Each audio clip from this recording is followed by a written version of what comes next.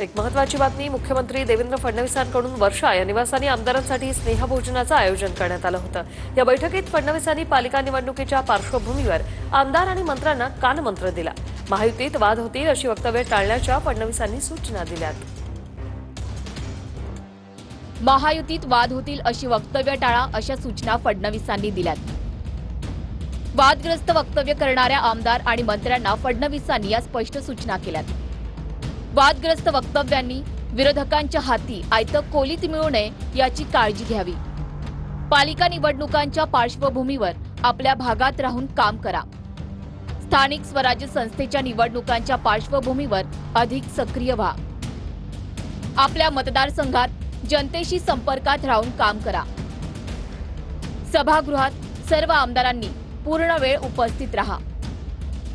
Social मीडियावर अधिक प्रभावीपणे सक्रिय व्हा।